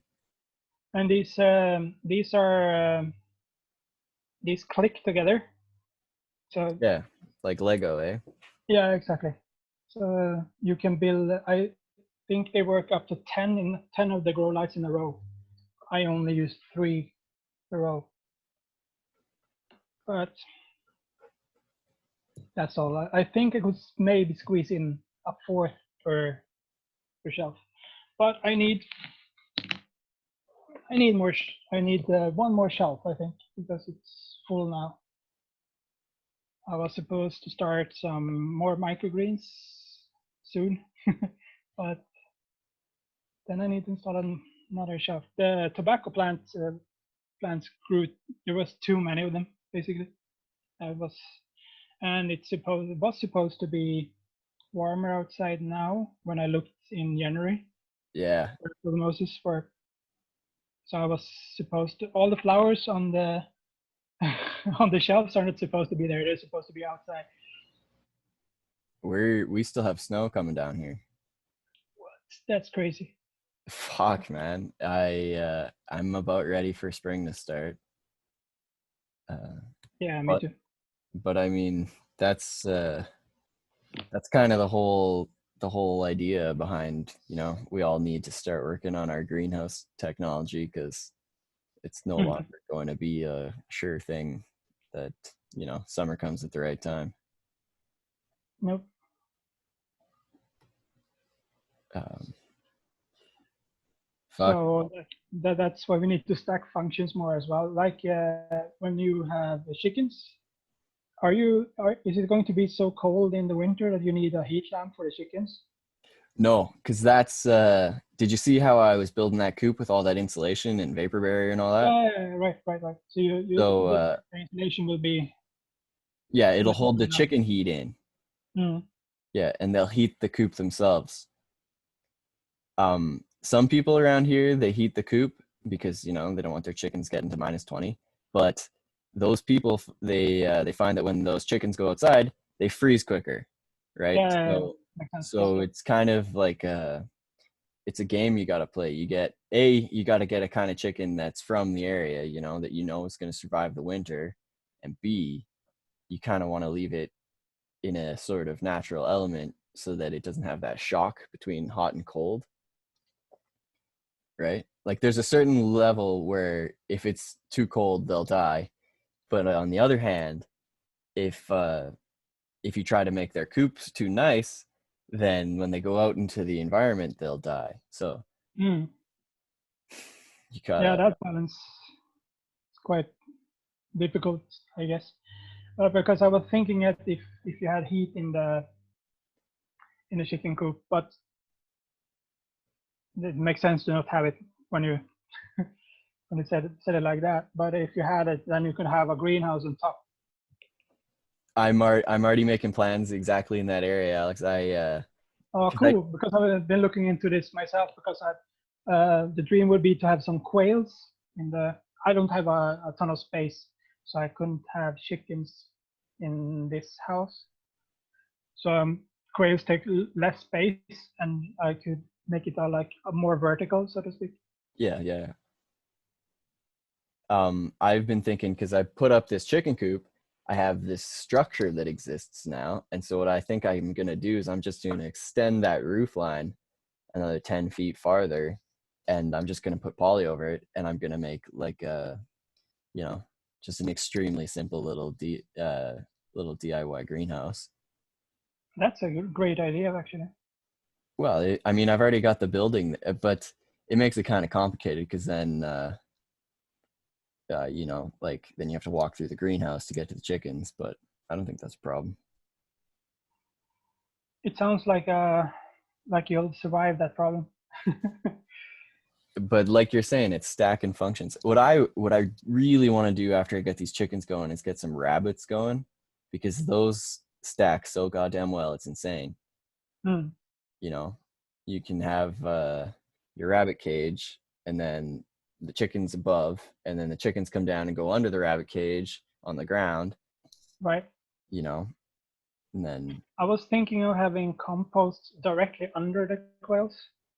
So you have your little quail coop, and then you have compost right under it. So you don't have to, so that you can recycle yeah, all the waste the products. poop. Yep. Um, here's something that you might like, Alex. It's I should probably just draw it out because I'm gonna fail terribly if I try to use words. But there's a piece of paper here. Hold on a second. Okay, I'm gonna try to draw it while I talk about it. So, um, basically, the idea is you get a chicken coop, right? However fucking big, doesn't matter, and then you keep your chickens in there. But then what you do is along one side of it, like so, for example, the west side, you put a garden, and then on the east side, you put another symmetrical garden, and then okay, so here I got the picture. So this would be your chicken coop, right? And you keep the chickens in here. And on Mhm. this side, you keep a garden, and on that side, you keep, I mean, a garden. But you switch the year. So 1 year you let your chickens out a door into this one, right? And they go around, Yeah. they clean all the bugs, they shit all their fertilizer into this one. And then, next year you switch and they go into this one and you use this one Mhm. as a garden. And this Yep. box back here you use as your compost. um so you put all your house compost and you put all the chicken shit in there. And Mm. when you open the gate and let the chickens into here, you open this gate and they go into your compost, right? Mhm. And so it, Yeah. you Fucking understand? that's sweet setup. Yep. Yeah, that's stacking functions, right? That's really stacking functions. I was thinking of doing my quail coop um, small enough in a way so that you can move it. So if I have raised beds, if on my own property, or if one of my neighbors allow me to grow, if they don't not growing anything themselves or they're not using space, if I can put in a grow bed there, I'm going to use one of the foldable farm that I'm working with setups and ask them, hey, would you like some flowers, vegetables, or what have you?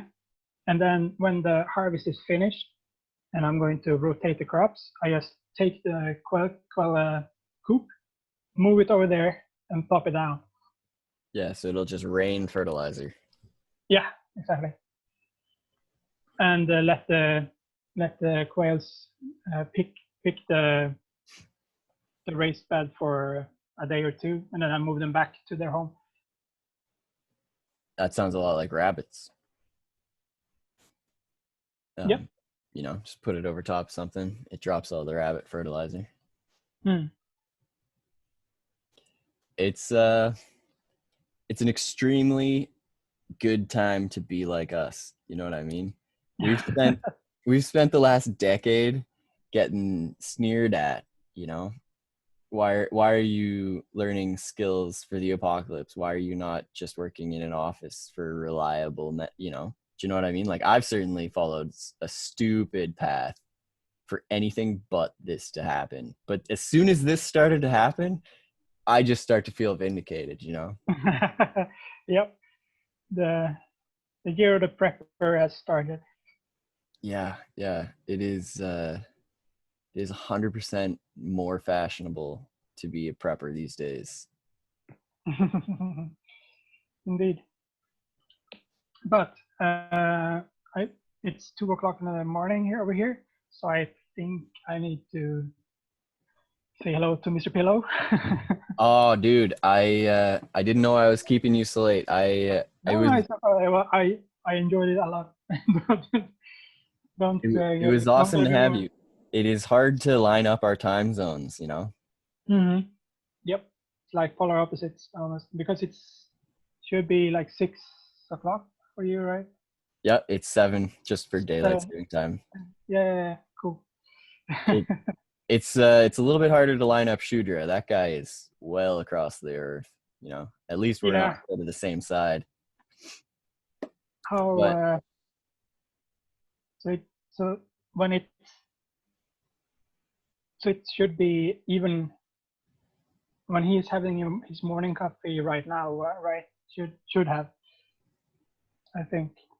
dude, it was literally fucking so hard to figure out when me and him were trying to figure, because like he would say we'll arrange it for 10 a.m. Sunday, but that would be my fucking Saturday or so. Like it was whacked. It took a couple tries before we actually figured it out. um Mhm. but anyway, I'll let you get to bed, Alex. It was great talking to Thank you. you. And Was this was nice.